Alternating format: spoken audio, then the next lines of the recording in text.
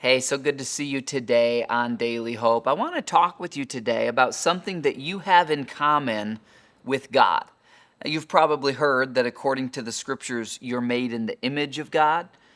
Well, that includes a number of things, and one of them that maybe you've never thought about is your thoughts.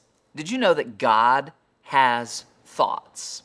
And our ability to have thoughts at a much higher level than the animals, it's part of God's nature in us. Listen to this from 1 Corinthians 2, verse 11. It says, "For who knows a person's thoughts except their own spirit within them?" In other words, if you can be staring at someone and thinking whatever about them and they have no idea unless you tell them. In the same way, no one knows the thoughts of God except the Spirit of God.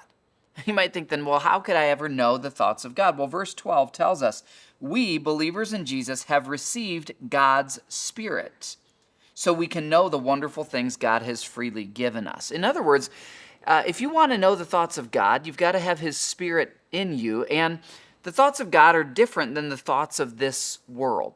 Today, let's invite God. Let's let Him know we want to know your thoughts.